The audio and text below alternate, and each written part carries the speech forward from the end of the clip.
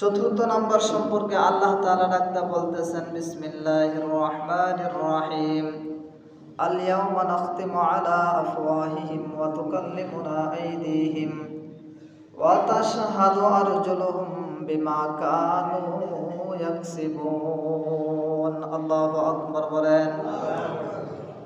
মানুষকে যখন আল্লাহ তাআলা তার আমলনামা দেখায়া বলবেন ইকরা কিতাবাকা ওয়া কাফা বিনাফসিকাল ইয়াওমা আলাইকা হাসিবা, গোলাম তুমি দুনিয়ার উপরে যা কিছু করেছো, তুমি যা কিছুই করেছো, নেক কাজ করেছো, বদ কাজ করেছো, ভালো কাজ করেছো, মন্দ কাজ করেছো, নেকির কাজ করেছো, বদির কাজ করেছো, আল্লাহ তাআলা বান্দাকে ডাকতে বলবেন ইকরা, পড়ো, তোমার যে আমলনামা তুমি আজকে নিজেই পড়ো।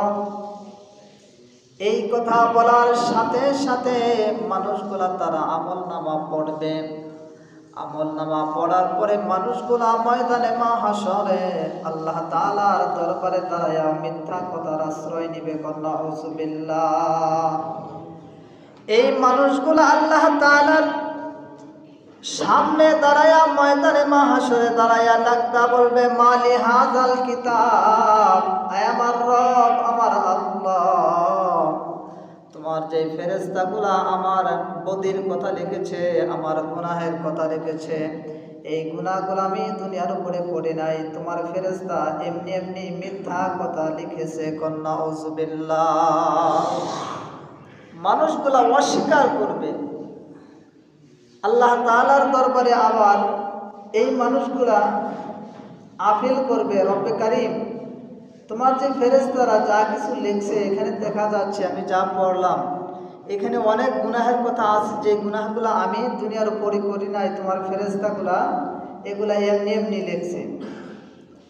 এখন এই মানুষগুলা মনে মনে চিন্তা করবে এমনও আমার জীবনে কিছু গুনাহ ছিল, দুনিয়ার তো কোনো সাক্ষী নাই, তাহলে এগুলাও তো দেখা যাচ্ছে। এখন এগুলার যদি আমি অস্বীকার করি, মনে হয় কোনো সাক্ষী আল্লাহ তাআলা দাঁড় করাইতে পারবে না। এই মন মানসিকতা নিয়ে মানুষগুলা আল্লাহ তাআলার দরবারে দাঁড়ায়াও, ময়দানে মাহশরে দাঁড়ায়াও আল্লাহ তাআলার সামনে মিথ্যার আশ্রয় নেবে। বাবাজিরা আমার, বন্ধুরা আমার, যখন মানুষগুলা কিতাব দেখার পরে বলবে মালি হাযাল কিতাব, এই কিতাবগুলো আমার না, এই আমলগুলো আমি করি নাই, এই বদ কাজগুলো করি নাই, এই গুনাহের কাজগুলো করি নাই, এই কথা বলার সাথে সাথে আমার আল্লাহ তাআলা চতুর্থ নাম্বার যেই সাক্ষী থাকবে, এই সাক্ষীকে আল্লাহ তাআলা হাজির করে দিবেন। আল্লাহ তাআলা বলেন আল ইয়াওমা নাখতিমু আলা আফওয়াহিহিম, ওই সময় যেই সময় বান্দা তার গুনাহের কথা অস্বীকার করবে, আল্লাহ তাআলা ওই গোলামটার জবান বন্ধ করে দিবে। জবান দ্বারা আর কথা বলতে পারবে না, এই জবান আর কথা বলবে না। আল ইয়াওমা নাখতিমু আলা আফওয়াহিহিম, আল্লাহ তাআলা জবানটা বন্ধ করবে। ওয়া তুকাল্লিমুনা আইদিহিম, তাদের হাত দয় আল্লাহ তাআলার সাথে কথা বলবে। কোন সুবহানাল্লাহ।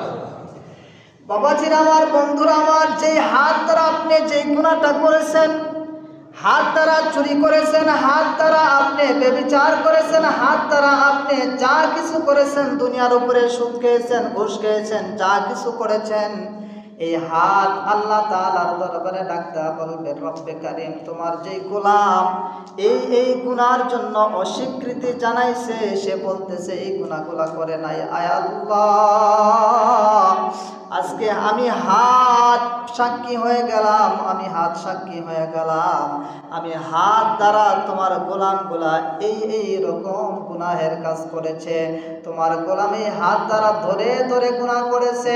যখন তারা ওজন দিত, নেওয়ার সময় বেশি নিত আর দেওয়ার সময় কম দিত, এই হাত দ্বারা সুদ দিত, এই হাত দ্বারা ঘুষ নিত, এই হাত দ্বারা চুরি করত, এই হাত দ্বারা অন্যায়ভাবে মানুষকে হত্যা করত, এই হাত দ্বারাই মানুষের উপরে জুলুম আর নির্যাতন করত। আমি হাত আল্লাহ তোমার দরবারে আজকে সাক্ষী হয়ে গেলাম, আমি হাত দ্বারাই এইরকম গুনাহের কাজগুলা করেছে।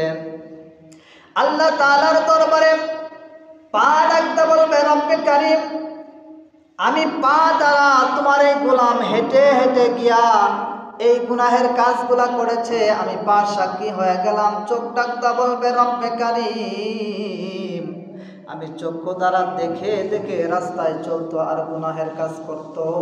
আমি চক্ষু তার ব্যাপারে সাক্ষী হয়ে গেলাম।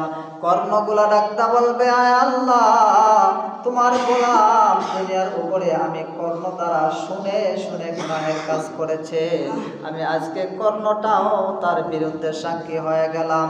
বাবাজির আমার, বন্ধুরা আমার, আমি আর আপনি যে দেহটার জন্য, যে অঙ্গ প্রত্যঙ্গটার জন্য জীবনে এত কিছু করলাম, শীতের সময় এই শরীরটার ভিতরে কত না কিছু মাখাইলাম, অলিভ অয়েল তেল লাগাইলাম, লোশন লাগাইলাম, কত কিছু লাগাইলাম।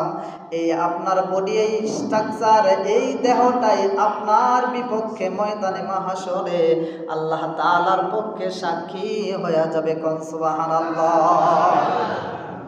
এইবার চিন্তা করেন, আপনার এই দেহটাই যদি আপনার বিপক্ষে আল্লাহ তাআলার দরবারে সাক্ষী হয়ে যায়, রাজ সাক্ষী হয়ে যায়, তাহলে ওখান থেকে বাঁচার কোনো রাস্তা থাকবে? কোনো রাস্তা আছে? অথচ এই দেহটার জন্য আমরা কত না কিছু করি। এই হাত, পা, মুখ, নাসিকা, ত্বক, যা কিছু আছে এদেরকে বাঁচিয়ে রাখার জন্য জীবনে কত কিছুই না করলাম, অথচ এগুলা আমার আপনার বিপক্ষে সাক্ষী হয়ে যাবে। অথচ এই হাত, পা, বডি যা কিছু কারণে বেঁচে থাকে, যে জিনিসটার কারণে বেঁচে থাকে, ওই জিনিসটার যে আল্লাহ তাআলা খাদ্য দিয়েছে, এই খাদ্য আমরা কখনো দেই না। দেই কি? খাদ্য দেই না। এই বডিটা যে বেঁচে থাকে, এটা একটা কারণ আছে না? এই বডিটা বেঁচে থাকার জন্য একটা কারণ আছে। এই বডিটা আপনার সমস্ত কিছু আছে, হাত, পা, সমস্ত কিছু ঠিকঠাক আছে, কিন্তু একটা জিনিস না থাকার কারণে আমার নাম আর নাসিম থাকবে না, আপনার নাম থাকবে না। সব কিছু ঠিক আছে, কিন্তু আপনার নাম এক সময় লাশ হয়ে যাবে। কথা বলে ঠিক কিনা?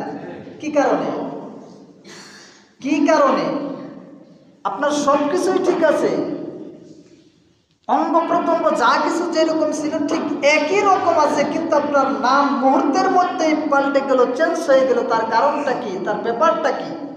যেই জিনিসটা আপনার দেহের ভিতরে থাকার কারণে আপনার নাম ঠিক থাকে, আপনার যশ ঠিক থাকে, আপনার সমস্ত কিছু ঠিক থাকে, ওই জিনিসটারও তো একটা খাদ্যের প্রয়োজন। কথা বলেন ঠিক কিনা?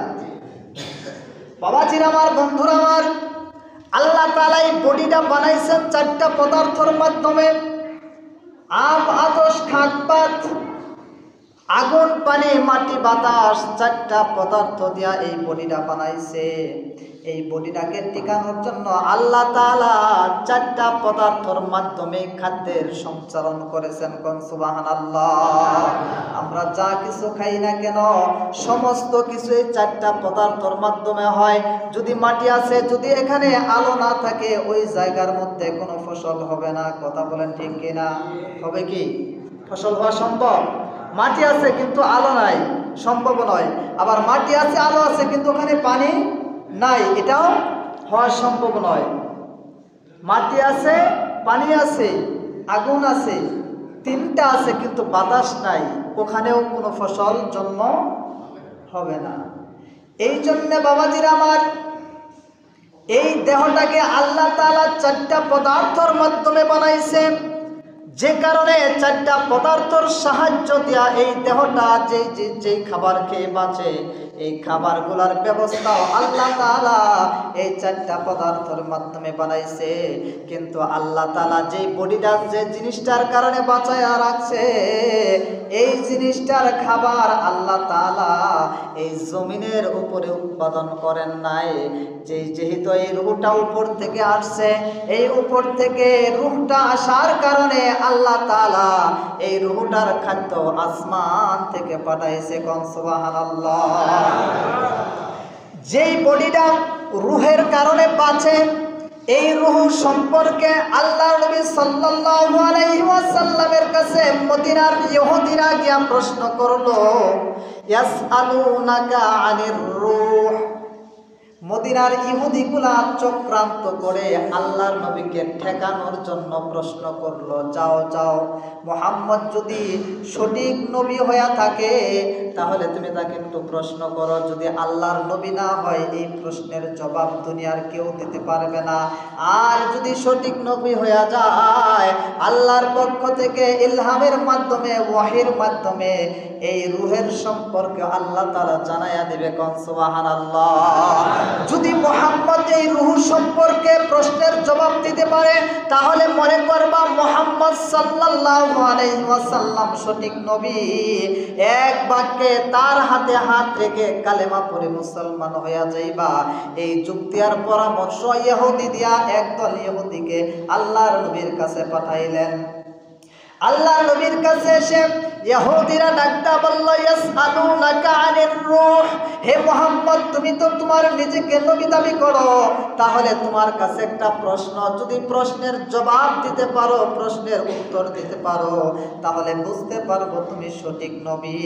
ও মুহাম্মদ তোমার কাছে আমাদের প্রশ্ন হলো, ইয়াসআলুনাকা আনির রূহ, রূহটা কি জিনিস যেটা দেহের ভিতরে প্রবেশ করে, যেটা দেহের ভিতরে বিরাজ করে, যেই রূহটা থাকার কারণে মানুষ মানুষ থাকে আর রূহটা চলে যাওয়ার পরে আর মানুষ থাকে না, এটার নাম সরাসরি লাশ হয়ে যায়। কোন সুবহানাল্লাহ।